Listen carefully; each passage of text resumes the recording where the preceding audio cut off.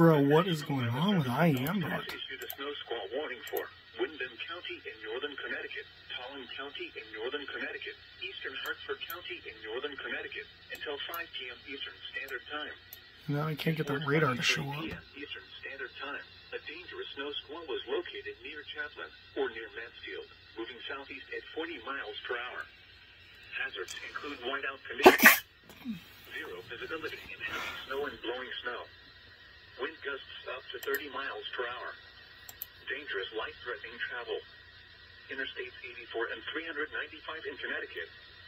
Locations impacted include Vernon, Mansfield, Windham, Plainfield, Willimantic, Killingly, Ellington, Tolland, Coventry, Stafford, Somers, Hebron, Putnam, Thompson, Brooklyn, Woodstock, Marlborough, Wilmington, Columbia, and Canterbury. Consider avoiding or delaying travel until the snow squall passes your location.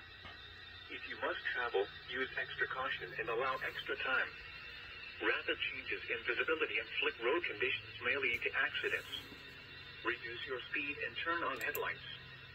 During snow squalls, the visibility may suddenly drop to near zero in whiteout conditions.